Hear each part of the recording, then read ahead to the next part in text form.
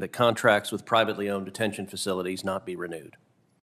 The order is intended, quote, to decrease incarceration levels by reducing profit-based incentives to incarcerate by phasing out the federal government's reliance on privately operated criminal detention facilities.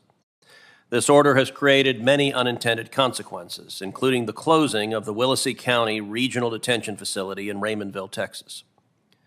The decision has had tremendous negative consequences with little to no obvious upside, forcing inmates to travel hundreds of miles round trip for court appearances, impacting the accessibility of legal counsel, and making family visits significantly more difficult.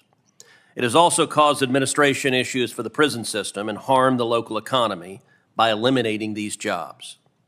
Literally every stakeholder that has a role to play in these cases is opposed to this Biden policy. That includes the defense bar, the federal public defender, the U.S. attorney, even the federal bench. All have publicly asked for this policy to be rescinded. Unfortunately, as with the open borders under Joe Biden, the Biden administration doesn't give a damn about how their woke policies actually affect South Texas or the lives of regular people. Ms. Peters, how has Executive Order 14006 impacted the Bureau of Prisons' ability to house inmates, and has it been a negative impact or a positive impact? Thank you, Senator. So we were able to come into compliance with the executive order the end of last November and bring in those individuals from those facilities that were closed, and we were able to safely absorb them into our current population. Okay, that you didn't answer my question. How has it impacted the BOP? And Ted Cruz just exposed what may be one of the most closely guarded secrets inside the Biden administration. During a heated Senate hearing, Cruz asked a simple question that should have had a simple answer. Instead, the room watched as a top federal official struggled to provide basic information about one of the administration's most controversial policies. What happened next left many wondering, what exactly are they trying to hide? Did the BOP, and has it been positive or negative? Senator, I don't know that I can put it in a positive or negative category. What I can say is the defense bar and the U.S. attorney and the federal bench, are they all wrong? I'm not familiar with their opinions and their reasons for opposing. Okay, unfortunately, you're illustrating that the Biden administration doesn't care about South Texas if you don't even know the impact it's having on all the stakeholders. All right, let's shift to the topic Senator Lee was just asking you about, because I have to say I found your answers to him thoroughly unacceptable. The 2022 Transgender Offender Manual, issued by the Bureau of Prison through your predecessors, reverted back to the Obama administration's initial designation and housing programming assignments. Notably, biological sex at birth is no longer the controlling determinant. Right now today, how many biological males are housed in female prisons under BOP? Senator, I don't have those numbers in front of me today. Why don't you? We could look at them and get back to you. Why don't you? I just don't have them top of Did you know you were going to be asked that today? No, Senator. Oh, you didn't? Have you been asked that before? On the record, Senator? Yes. I don't recall. You were asked a year ago in writing, and you failed to answer it in writing. You knew damn well you're going to be asked it today, but you don't want to answer it. Senator Lee asked, why don't you report the numbers? You don't report the numbers because you don't want people to know the numbers. So the fact that you sit there and say, I don't know, he said 1,300. Is that number in the ballpark? 1,300 as it relates to which category, Senator? Biological males housed in female prisons. No, that would be a much larger number. Which is a larger number? So the number of individuals who even identify as transgender at the Federal Bureau of Prisons is around 1,700. And the number of individuals that are housed in institutions not conforming with their biological sex are very low. Very low. Are we talking 100? Are we talking 10? We will look at the numbers. We're talking less than 10.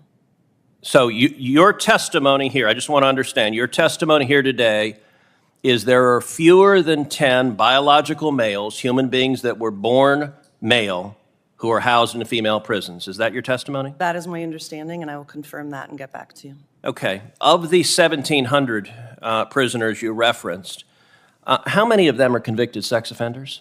I do not know the answer to that, Senator. Are you aware that Great Britain's numbers, according to a January 2022 report, is the proportion of male-born transgender offenders who are sex offenders in the UK prison system is roughly 60%, significantly higher than the 18% of the general population? Are those numbers consistent with the American numbers? I'm not familiar with Great Britain's numbers. So let me ask you this. How many female inmates have been sexually assaulted by biological males who BOP has housed in female prisons? Senator, I would have to look into that and get back to you. Do you have an obligation to protect those female prisoners? Absolutely. And so have you examined how many women have been sexually assaulted by biological males that BOP has placed in the prison with those women?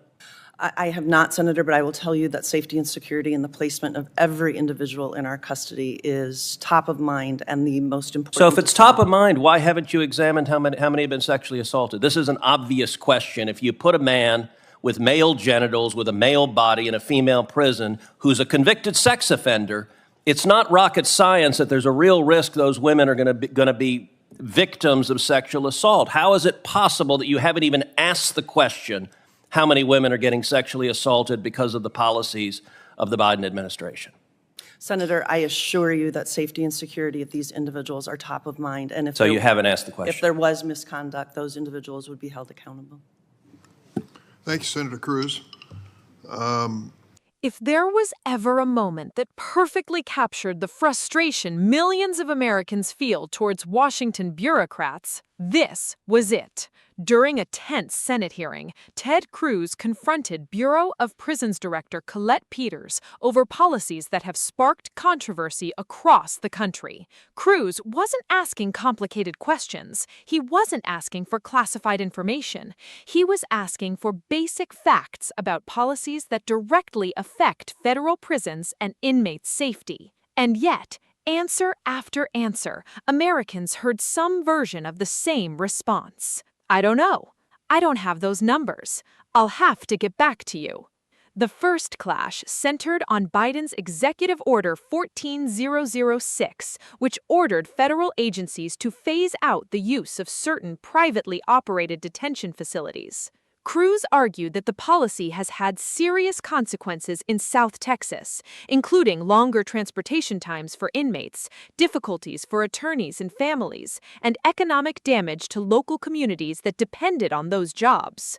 But it was the second part of the hearing that truly ignited the fireworks. Cruz shifted the discussion to transgender inmate housing policies within the federal prison system.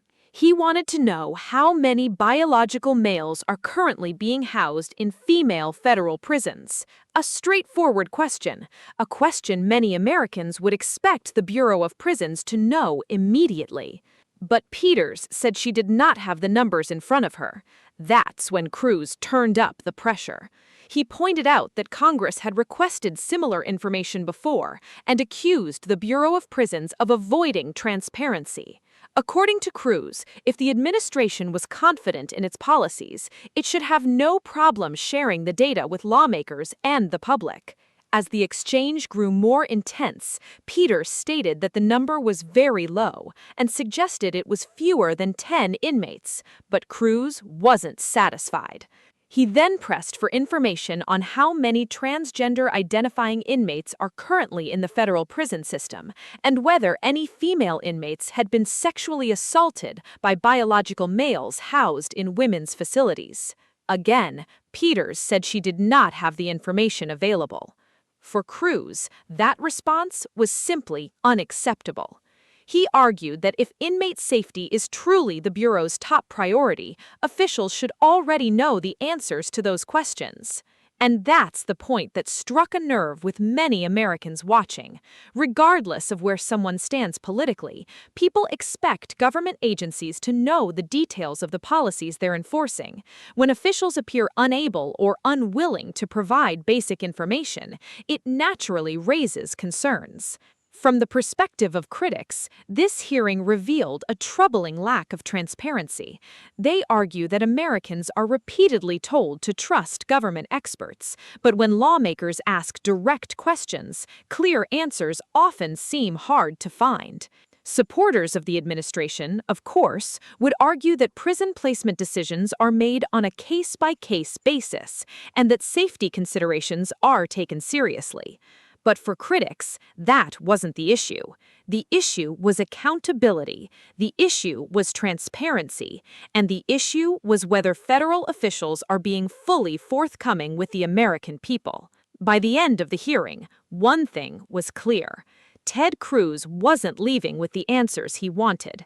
But he did leave with something else, a viral moment that is fueling yet another national debate about government transparency, prison policy, and whether Washington bureaucrats are becoming increasingly detached from the concerns of ordinary Americans.